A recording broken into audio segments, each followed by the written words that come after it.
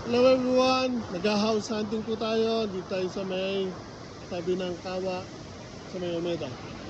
So naghahanap po ulit tayo ng bahay na pwedeng maupahan. Hindi na sinabi ko sa inyo.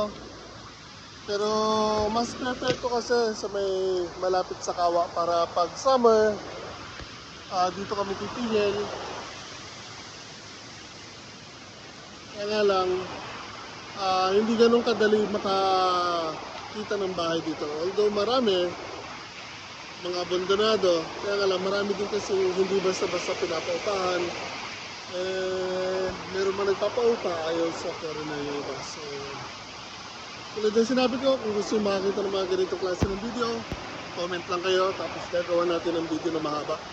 Para kung gusto nyo, may idea kayo kung paano maghahanap ng bahay, lalo na kung tabing Kawa, sa bundok, murang bahay.